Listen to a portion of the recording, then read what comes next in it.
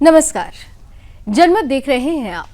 आपके साथ मैं हूं लावनी विनीत। जनमत यानी वो मंच जहां पर हम और आप मिलकर करते हैं उन खबरों की बात जो सीधे आपसे सरोकार रखती है, जो सीधे देश से सरोकार रखती है।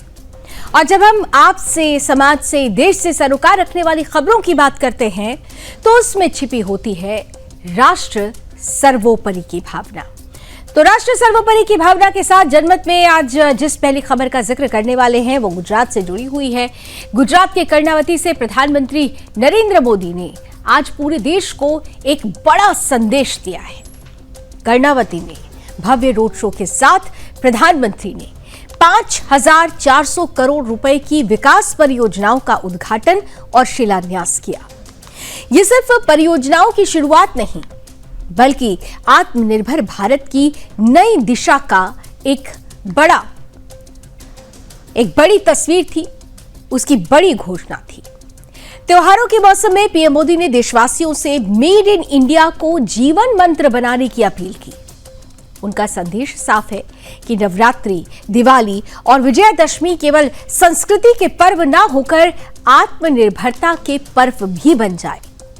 पीएम मोदी ने साफ कहा कि व्यापारी वर्ग संकल्प ले कि वो विदेशी सामान का बहिष्कार करेंगे और देसी वस्तुओं को प्राथमिकता देंगे। जो स्वदेशी है उसे ज्यादा से ज्यादा प्राथमिकता दी जाएगी। प्रधानमंत्री का यह संदेश स्वतंत्रता के अमृतकाल में बेहद अहम माना जा रहा है, क्योंकि आत्मनिर्भर भारत का सपना तभी साकार होगा जब हर परिवार, हर व्यापारी और हर नागरिक स्वदेशी को अपनाएगा। पीएम मोदी ने जीएसटी सुधारों का भी जिक्र किया। जीएसटी सुधारों की घोषणा करते हुए व्यापारी वर्ग को दिवाली से पहले बड़ी भेंट देने की भी बात कही। टैक्स में राहत और छोटे उद्योगों के लिए नए अवसरों की गारंटी ने भी ये साफ कर दिया है कि ये सरकार केवल नीतियों में नहीं बल्कि आम नागरिक और व्यापारी की भी जेब तक राहत पहुंचाने में विश्वास रखती है। गणेश उत्सव के बीच विकास पर्व का ये उद्घोष भारत, आत्मनिर्भर भारत की दिशा में बड़ा कदम है। गुजरात की धरती से उठी ये आवाज अब हर कोने तक पहुंचेगी कि आने वाला त्योहार अब स्वदेशी त्योहार होगा। इस दौरान प्रधानमंत्री ने क्या महत्वपूर्ण संदेश दिया, आइए उन्हीं के शब्दों में आपके सामने रखते हैं। सार्थक करिए छिए आ एवी प्रतिमा छे। इस समय देश भर में गणेश उत्सव का एक अद्भुत उत्साह है। गणपति बापा के आशीर्वाद से आज गुजरात के विकास से जुड़ी अनेक परियोजनाओं का भी श्री गणेश हुआ है। અને સાથીઓ તૈયારી કરો। હવે અમારી સરકાર જીએસટી માં પણ રિફોર્મ કરી રહી છે અને આ દિવાળી પહેલા मोटी भेंट सौगात તમારા માટે तैयार થઈ રહી છે। और जीएसटी रिफॉर्म के कारण हमारे लघु उद्यमियों को मदद मिलेगी और बहुत सी चीजों पर टैक्स भी कम हो जाएगा। इस बार की दिवाली पर व्यापारी वर्ग हो या फिर हमारे बाकी परिवारजन, सबको खुशियों का डबल बोनस मिलने वाला है। मैंने आपसे त्योहारों का जिक्र किया था। ये त्योहारों का मौसम है। अब नवरात्रि, विजयादशमी, धनतेरस, दीपावली, ये सभी त्योहार आ रहे हैं। ये हमारी संस्कृति के उत्सव तो है ही, ये आत्मनिर्भरता के भी उत्सव होने चाहिए। और इसलिए मैं आपसे एक बार फिर अपना आग्रह दोहराना चाहता हूं और आज पूज्य बापू की धरती से देशवासियों से भी मैं बार बार आग्रह कर रहा हूं, हमें जीवन के अंदर एक मंत्र बनाना है। हम जो भी खरीदेंगे वो मेड इन इंडिया हो। तो जीवन का यही मंत्र होना है कि जो भी हम इस्तेमाल करें वो मेड इन इंडिया हो, यानी हमसे जुड़ा हुआ सब कुछ हमारा होना चाहिए, स्वदेशी की ताकत झलकनी चाहिए। और यही वजह है कि अपने पर्व भी स्वदेशी तरीके से मनाने चाहिए। एक तरफ प्रधानमंत्री नरेंद्र मोदी ने यह बड़ा संदेश देश को दिया, दूसरी तरफ एक और संदेश गृह मंत्री अमित शाह जी ने दिया। भारतीय राजनीति में जैसे जैसे 130वें संविधान संशोधन विधेयक की चर्चा तेज हो रही है, वैसे वैसे संसद से लेकर सड़क तक विपक्ष का हंगामा भी बढ़ रहा है। इस पूरे घटनाक्रम के बीच गृह मंत्री अमित शाह ने एक विशेष इंटरव्यू के दौरान महत्वपूर्ण तरीके से अपनी बेबाक राय रखी। शाह के शब्दों में न केवल विपक्ष की कथनी करनी का पर्दाफाश किया गया, बल्कि उन्होंने भारतीय राजनीति की घटती नैतिकता पर भी करारा प्रहार किया है। अमित शाह ने साफ किया कि 130वें संविधान संशोधन विधेयक को लेकर एनडीए के सहयोगी दल चंद्रबाबू नायडू और नीतीश कुमार पूरी तरह से सहमत हैं। संसद में विपक्ष के हंगामे की वजह से चर्चा बाधित हो रही है, लेकिन शाह ने भरोसा जताया कि जब जेपीसी बनेगी और बहस होगी तब सभी को अपनी बात कहने का पूरा अवसर मिलेगा। गृह मंत्री ने विपक्षी दलों पर तीखा हमला बोलते हुए कहा कि आज कुछ नेता ये भ्रम फैला रहे हैं कि यदि उन्हें जेल जाना पड़ा तो वो वहीं से सरकार चला लेंगे। शाह ने व्यंग करते हुए कहा कि क्या अब जेल ही सीएम हाउस और पीएम हाउस बन जाएगा? क्या डीजीपी और मुख्य सचिव भी जेल से आदेश लिया करेंगे? उन्होंने स्पष्ट रूप से कहा कि लोकतंत्र का अपमान करने वाली ऐसी सोच को उनकी पार्टी कभी स्वीकार नहीं करेगी। इतना ही नहीं, धनखड़ जी के इस्तीफे पर भी विपक्ष ने जिस तरीके की परिस्थिति पैदा करने का प्रयास किया, उसे भी शाह ने स्पष्ट रूप से करारा हमला करते हुए एक आईना दिखाया। कहा कि धनखड़ ने स्वास्थ्य कारणों से इस्तीफा दिया और उनका पत्र स्वयं इसका प्रमाण है। विपक्ष द्वारा फैलाए गए हाउस अरेस्ट जैसे आरोप निराधार और राजनीतिक अफवाह से ज्यादा कुछ भी नहीं है। आज किस तरीके से अपने साक्षात्कार में गृह मंत्री अमित शाह ने विपक्ष के एक एक सवालों का जवाब दिया, विपक्ष की पोल कैसे खोली, आइए उन्हीं के शब्दों में सुनिए। ढेर सारे लोग, प्रधानमंत्री जी स्वयं का आरएसएस के साथ कनेक्शन, धनखड़ जी का नहीं अरे था। सुनिए ना, मेरा भी है। तो हम लोगों का चयन देश ने इसलिए किया है कि हम आरएसएस से, आरएसएस के साथ कनेक्शन होना कोई माइनस पॉइंट है क्या? आप बताइए। जरा भी नहीं है। अटल बिहारी वाजपेयी जी भी आरएसएस से कनेक्टेड थे, श्री अडवाणी जी भी आरएसएस से कनेक्टेड थे, मोदी जी भी है, मैं भी हूं, राधाकृष्णन जी भी है। वो खैर कांग्रेस पार्टी और श्रीमती इंदिरा गांधी की नैतिकता का सवाल है। नरेंद्र मोदी जी अपने खिलाफ खुद संविधान संशोधन लेकर आए हैं कि प्रधानमंत्री भी जेल में जाएगा तो उसको इस्तीफा दे देना पड़ेगा। जेपीसी नहीं आता, अगर वो बहिष्कार करते हैं तब क्या होगा? तो कुछ नहीं होगा, जेपीसी अपना काम करेगी। तो सरकार की मंशा स्पष्ट है कि साफ तौर पर राजनीति को भ्रष्टाचार मुक्त बनाना है। राजनीति का ये जो क्लीनिंग प्रोसेस है, इसके लिए ये महत्वपूर्ण विधेयक है और ये विधेयक ही राजनीति की शुचिता को बरकरार रखेगा। सरकार की मंशा स्पष्ट है, लेकिन विपक्ष को सिर्फ और सिर्फ राजनीति करनी है। विपक्ष हंगामे के नाम पर सिर्फ और सिर्फ विरोध कर रहा है। विपक्ष का ये विरोध साफ तौर पर उनके डर को दिखाता है। अब ये तस्वीर आगे कहां किस दिलचस्प मोड़ पर पहुंचेगी, इस पर हमारी नजर बनी रहेगी। लेकिन एक खूबसूरत तस्वीर लद्दाख की ऊंचाइयों से आई है। लद्दाख की ऊंचाइयों में भारतीय सेना ने अपने वीर सपूतों और उनके परिवारों के सम्मान में एक ऐतिहासिक आयोजन किया।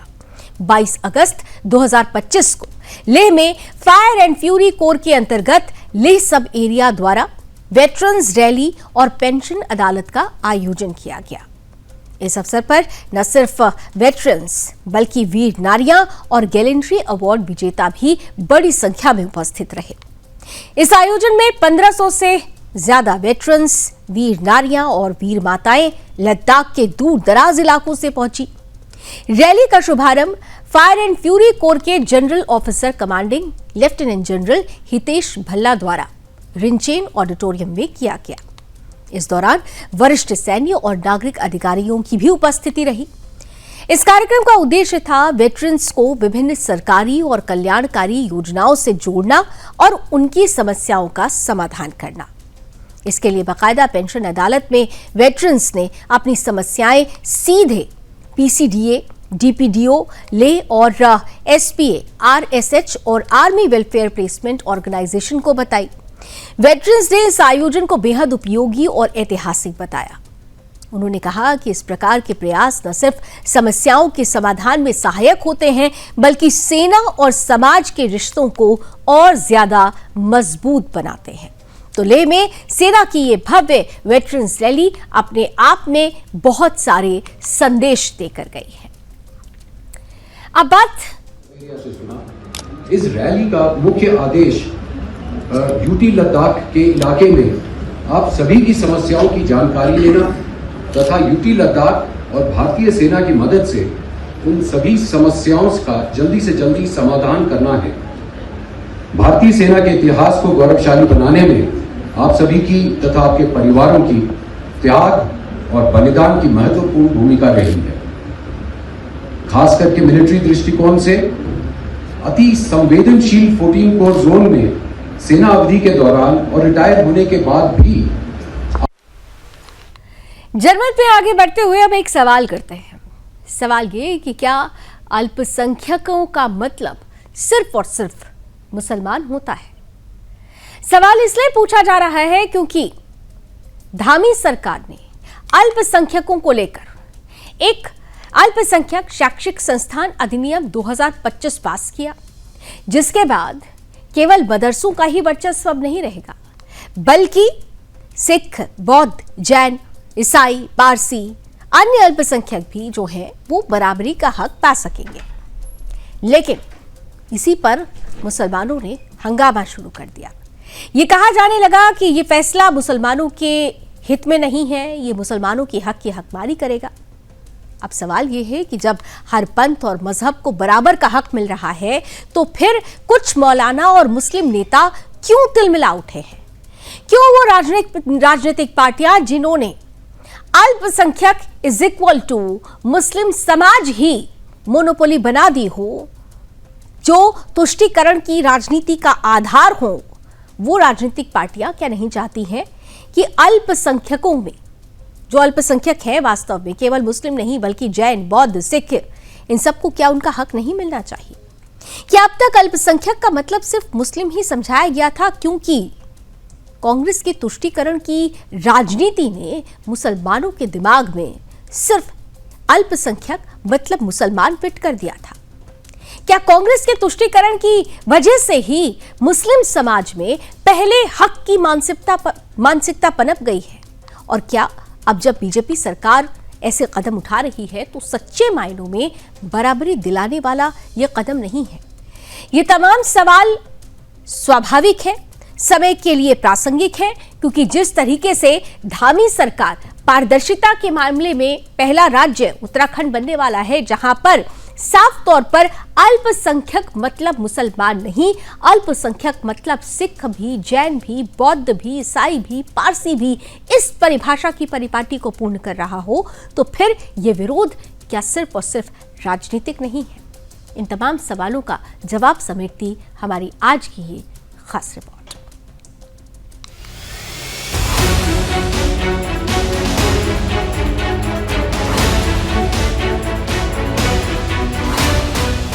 देवभूमि उत्तराखंड में जब से धामी सरकार ने अल्पसंख्यकों के लिए नया विधेयक पास किया है, तब से एक खास मजहब के लोगों को ज्यादा दिक्कत होने लगी है।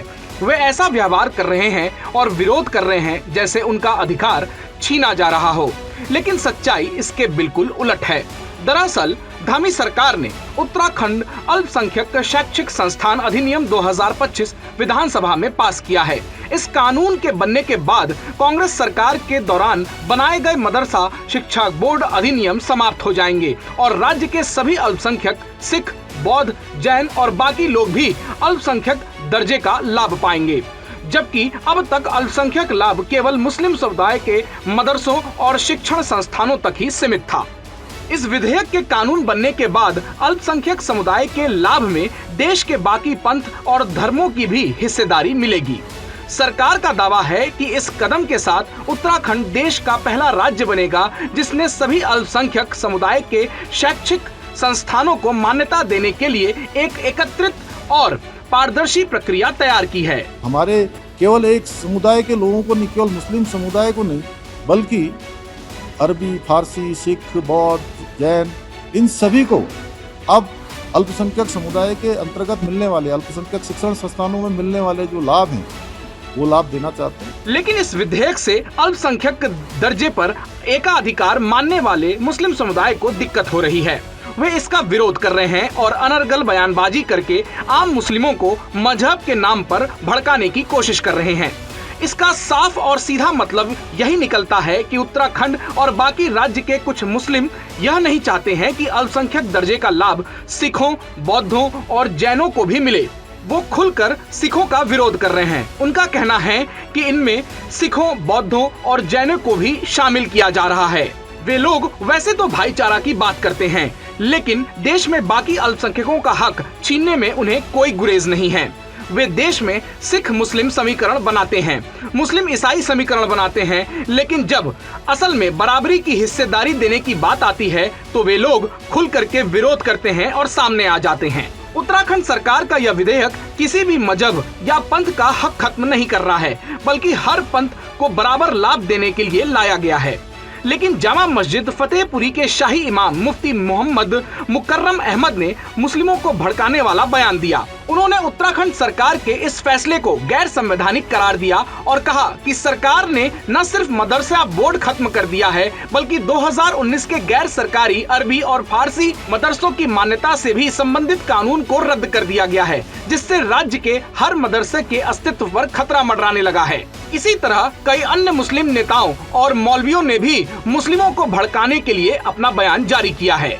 आइए सुनते हैं कि क्या कुछ उन्होंने कहा। कि जब भी भारतीय जनता पार्टी की सरकार कहीं फंसती है और किसी विषय पर उलझती है तो वो चाहे महंगाई हो, चाहे कानून व्यवस्था हो, चाहे उन पर खनन का विषय अगर केंद्र में संसद में भारतीय जनता पार्टी के पूर्व मुख्यमंत्री त्रिवेंद्र सिंह रावत जी जो मौजूदा सांसद हरिद्वार हैं वो अगर इस विषय को उठाते हैं तो उसको कवर अप करने के लिए इन्होंने मज़ार, मस्जिद, मदरसा जैसे शब्दों को प्रयोग करते हैं और उस पर अपनी कार्रवाई शुरू कर देते हैं। हमारे देश के मुसलमानों की मेंटालिटी बन गई है कि अल्पसंख्यक मतलब केवल मुस्लिम होता है, क्योंकि कांग्रेस ने ऐसा ही किया है और उन्हें इसी हिसाब से लाभ दिया गया है, चाहे वह अल्पसंख्यक आयोग बनाना हो या फिर मदरसा शिक्षण संस्थान हो। देश के पूर्व पीएम मनमोहन सिंह भी कह चुके हैं कि इस देश में संसाधनों पर पहला अधिकार मुसलमानों का है। इन्हीं बातों से मुसलमानों का मन बढ़ गया है और कांग्रेस की मुस्लिम तुष्टीकरण नीति के कारण देश के बाकी अल्पसंख्यकों के हित की अनदेखी हुई है। आज जब संविधान के अनुसार हर पंथ धर्म को बराबरी की हिस्सेदारी बीजेपी सरकार दे रही है, तो मुसलमानों को ऐसा लग रहा है कि उनका हक छीना जा रहा है, जबकि ऐसा नहीं है। देश के मुसलमानों को समझना होगा कि अल्पसंख्यक मतलब सिर्फ मुसलमान नहीं होता है। लोग अब जागरूक हो रहे हैं और सवाल पूछ रहे हैं कि सिख, जैन और बौद्ध को भी अल्पसंख्यक लाभ मिलना चाहिए, जो हर भारतीय नागरिक का मौलिक अधिकार है। और यही कार्य उत्तराखंड की धामी सरकार कर रही है। Bureau report, Sudarshan news.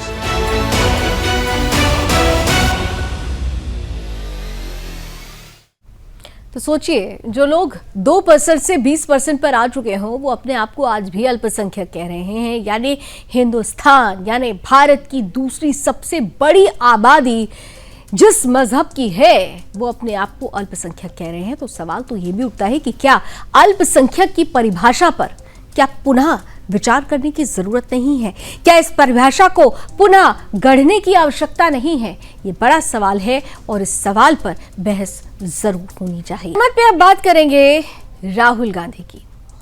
Rahul Gandhi नेतृत्व क्षमता में क्या परिपक्व हो चुके हैं? राहुल गांधी को क्या इतिहास का संपूर्ण ज्ञान है? ये सवाल आज इसलिए पूछे जा रहे हैं क्योंकि राहुल गांधी ने एक ऐसा बयान दिया जो न केवल राहुल गांधी के लिए मजाक का पात्र बन गया, बल्कि कांग्रेस से भी ये सवाल पूछा जाने लगा कि राहुल गांधी आपके लिए लायबिलिटी है या एसेट है।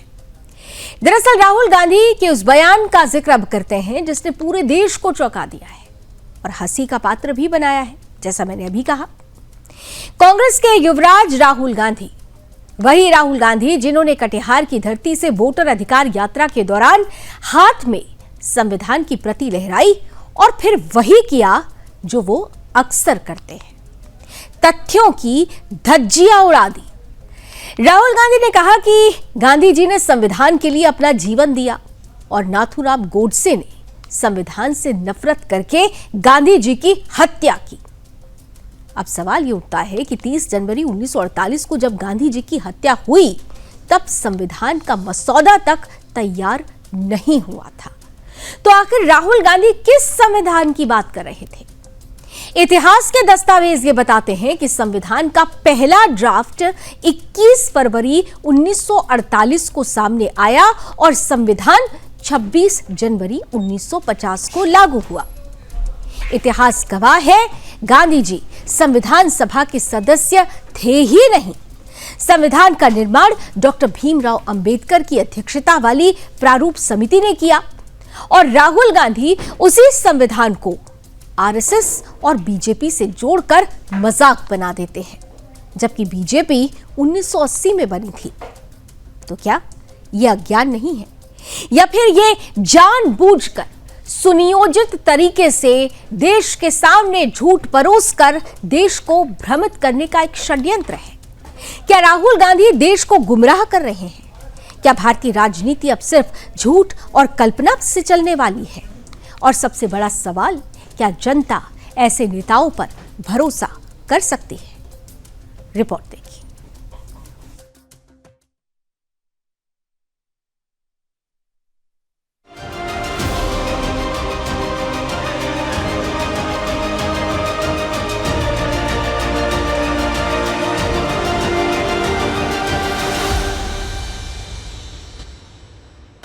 भारतीय राजनीति में अक्सर राहुल गांधी के बयानों पर हंसी उड़ाई जाती है। वजह साफ है, वो हर बार कुछ ऐसा बोल जाते हैं जिससे यह साबित हो जाता है कि उन्हें न तो इतिहास की समझ है और न ही तथ्यों का सम्मान करने की आदत है। कटिहार के वोट अधिकार यात्रा के दौरान उनका ताजा भाषण इसी कड़ी में अगली कड़ी है। हाथ में संविधान की प्रति लहराते हुए उन्होंने महात्मा गांधी, नाथूराम गोडसे और भारतीय संविधान को लेकर के जो दावे किए वो उनकी अज्ञानता का जीवंत प्रमाण पेश करता है। राहुल गांधी ने जनता को यह समझाने की कोशिश की कि गोडसे ने महात्मा गांधी की हत्या संविधान से नफरत के कारण की थी और महात्मा गांधी ने संविधान के लिए अपना पूरा जीवन बलिदान किया। ये आपको अच्छी तरह समझना होगा, ये संविधान आरएसएस और बीजेपी नहीं लाई। जिस व्यक्ति ने, गांधी जी ने इस संविधान के लिए जिंदगी दी, उसकी हत्या की गई। गोडसे ने गांधी जी को गोली से मारा। गोडसे इस संविधान के खिलाफ था। जब उसने गांधी जी को गोली मारी, उसके दिल में गांधी जी से नफरत क्यों थी, गुस्सा क्यों था? क्योंकि गांधी जी ने यह संविधान की सोच की विचारधारा के लिए अपनी पूरी जिंदगी दी। यह लड़ाई चल रही है। जरा सोचिए, जब 30 जनवरी 1948 को महात्मा गांधी की हत्या हुई तब संविधान का मसौदा तक तैयार नहीं हुआ था। संविधान का पहला ड्राफ्ट 21 फरवरी 1948 को सामने आया और संविधान 26 जनवरी 1950 को लागू हुआ। यानी जिस दस्तावेज का अस्तित्व ही नहीं था उसके लिए जीवन देने की बात कहना कितना हास्यास्पद है। यह राहुल गांधी की बौद्धिक ऊंचाई को उजागर करता है। इतना ही नहीं, गोडसे को 15 नवंबर 1949 को फांसी दे दी गई थी। उस समय भी संविधान लागू नहीं हुआ था, यानी गोडसे को फांसी और संविधान का कोई सीधा संबंध है ही नहीं। फिर भी राहुल गांधी ने दावा किया कि गोडसे की नफरत संविधान से थी। यह वही तर्क है जिसे सुनकर कोई भी समझदार व्यक्ति सिर पकड़ लेगा, लेकिन राहुल गांधी के लिए यह शायद ज्ञान की पराकाष्ठा होगी। इतिहास गवाह है कि महात्मा गांधी संविधान सभा का हिस्सा नहीं थे। उन्होंने खुद को उस प्रक्रिया से अलग कर लिया था, क्योंकि वह इसे ब्रिटिश शासन की देन मानते थे।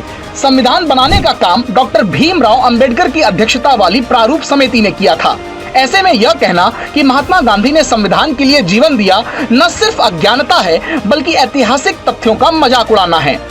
और सबसे मजेदार दावा, राहुल गांधी ने कहा कि आरएसएस और बीजेपी ने संविधान नहीं बनाया।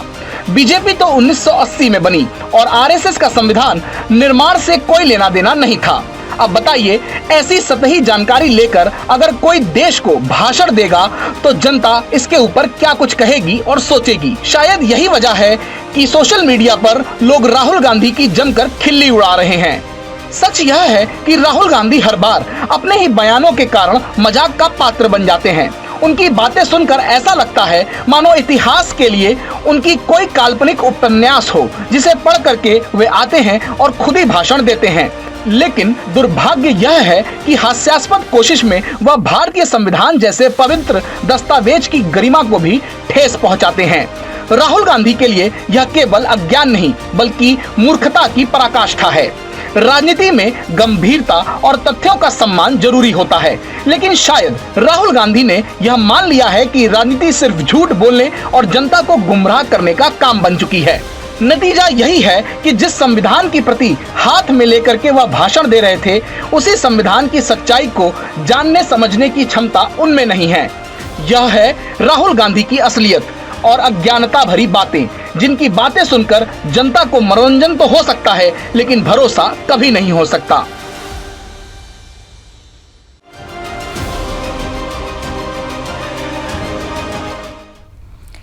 अब सवाल यही है कि राहुल गांधी का ये इतिहास ज्ञान क्या कहता है। ये क्या इतिहास जो अभी तक बनाया गया इतिहास था, या यूं कहें कि जो गढ़ा हुआ इतिहास था, उस इतिहास के ज्ञान को लेकर राहुल गांधी सामने आए हैं। तो सवाल ये भी है कि केवल ये कांग्रेस को ही कटघरे में नहीं खड़ा करता, बल्कि संपूर्ण विपक्ष की विश्वसनीयता पर भी सवाल खड़ा करता है, क्योंकि राहुल गांधी इन दिनों विपक्ष के सबसे बड़े चेहरे बने हुए हैं। अब बात इतिहास की हो रही है, तो राहुल गांधी के इतिहास का ज्ञान तो आपने देख लिया, लेकिन अब एक ऐसे इतिहास की बात करने वाले हैं जो बहुत सुनहरा इतिहास रहा है, और अब नया जो इतिहास बनेगा वो अपने आप में कई दशकों तक याद रखने वाला होगा। 6 दशकों तक भारतीय आसमान पर अपनी गड़गड़ाहट, अपनी रफ्तार से राज करने वाला लड़ाकू विमान MiG-21 भारतीय वायुसेना को आज अपनी अंतिम सलामी देकर इतिहास के पन्नों में दर्ज हो गया है। सोवियत संघ में जन्मा और भारत में पला बढ़ा MiG-21 सिर्फ एक लड़ाकू विमान नहीं था, बल्कि साहस, शक्ति और तेजी का प्रतीक था। नेटो ने इसे फिश बेड कहा, तो दुनिया ने इसे फ्लाइंग कॉफिन और विडो मेकर जैसे नाम दिए। लेकिन भारतीय वायुसेना के लिए यह एक ऐसा प्रहरी था जिसने आधी सदी से अधिक समय तक हमारे आसमान की रक्षा की। 26 सितंबर 2025 को MiG-21 ने अपनी अंतिम उड़ान भरी। इस ऐतिहासिक पल को चिन्हित करने के लिए वायुसेना प्रमुख ने आखिरी स्क्वाड्रन नंबर 23 पैंथर्स का दौरा किया। उन्होंने खुद MiG-21 में एक सॉर्टाई का उड़ाई और इस भावुक क्षण को और भी ज्यादा खास बना दिया। जब फॉर्मेशन का नेतृत्व स्क्वाड्रन लीडर प्रिया ने किया, तो परंपरा और परिवर्तन दोनों का प्रतीक है। MiG-21 सिर्फ लोहे और बारूद का नहीं है, बल्कि पसीने, हिम्मत और बलिदान का विमान था। सैकड़ों हादसों और 200 से अधिक पायलटों की का बलिदान इसकी कठिन विरासत का हिस्सा रहा है, लेकिन इसी ने भारत के आसमान को सुरक्षित भी रखा है। अब जब ये विमान रिटायर हो गया है, इसकी गूंज केवल रनवे पर ही नहीं बल्कि संग्रहालयों, स्मृतियों और उन सभी दिलों में सुनाई देगी जिन्होंने इसे उड़ते देखा और जिन पायलटों ने इसे उड़ाया। सोवियत इस्पात में जन्मा मिग-21 आज भारतीय दास्तान बन चुका है। ये केवल उड़ा नहीं बल्कि लड़ा भी, और लड़ा भी बड़े शान से।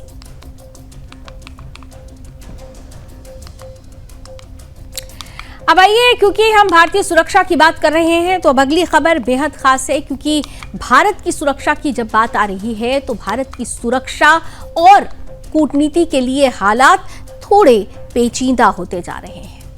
अब भारत के सामने दुश्मनी का खतरा केवल पश्चिमी सीमा यानी पाकिस्तान से नहीं बल्कि पूर्वी पड़ोसी बांग्लादेश से भी उभरने लगा है। दक्षिण एशिया की राजनीति में जिस बड़े बदलाव की आहट पिछले 1 साल से सुनाई दे रही थी, वो अब साफ दिखाई देने लगी है। शेख हसीना के सत्ता से हटने के बाद बांग्लादेश की राजनीति में जो अस्थिरता आई, उसका सीधा फायदा पाकिस्तान उठा रहा है। दरअसल पाकिस्तान के उप प्रधानमंत्री और विदेश मंत्री इशाक डार इन दिनों ढाका के 3 दिवसीय दौरे पर हैं। ये दौरा महज शिष्टाचार भर नहीं है बल्कि इसमें भारत के लिए गंभीर संदेश छिपा है। डार की मुलाकात न सिर्फ बांग्लादेश की अंतरिम सरकार के शीर्ष सलाहकारों से हो रही है बल्कि वो उन राजनीतिक और मजहबी संगठनों से भी संपर्क साध रहे हैं जिनका अतीत भारत विरोध और अल्पसंख्यकों पर हमलों से जुड़ा रहा है। पाकिस्तान बांग्लादेश नजदीकियों के कई उदाहरण हाल के महीनों में सामने आए। फरवरी 2025 में दोनों देशों के बीच 50,000 टन चावल का सरकारी सौदा हुआ। पाकिस्तान की एयरलाइन को कराची ढाका उड़ान भरने की मंजूरी दी गई और राजनयिकों के लिए वीजा मुक्त यात्रा पर सहमति भी बनी। लेकिन सबसे विवादित कदम जमाते इस्लामी जैसे संगठन से पाक विदेश मंत्री का संवाद है, जो 1971 में भारत विरोधी एजेंडे और अत्याचारों के लिए बदनाम रहा है। भारत के लिए चुनौती साफ है। पाकिस्तान अब ढाका की राजनीति में जगह बनाने की कोशिश कर रहा है और कट्टरपंथी ताकतों को अंतर्राष्ट्रीय मंच पर सहारा दे रहा है। यानी भारत के लिए खतरे का नया मोर्चा बांग्लादेश की धरती से खुल रहा है, जिस पर भारत को सचेत रहने की जरूरत है। क्योंकि याद होगा आपको कि पहले भी पाकिस्तान जिससे निकला बांग्लादेश, और वो बांग्लादेश जो बदलाव के साथ आगे बढ़ रहा था, लेकिन जब शेख हसीना की सरकार यहां से हट गई तो उसके बाद से बांग्लादेश चरमपंथियों का गढ़ बन गया, कट्टरपंथियों का गढ़ बन गया और इसमें सबसे बड़ा हाथ पाकिस्तान का रहा। अब ऐसे में अगर भारत के पड़ोस में 2 पाकिस्तान पनपने लगेंगे तो निश्चित रूप से भारत को अपनी सुरक्षा के लिए एक नए कवच की, एक नई रणनीति की, एक नई कूटनीति की जरूरत होगी।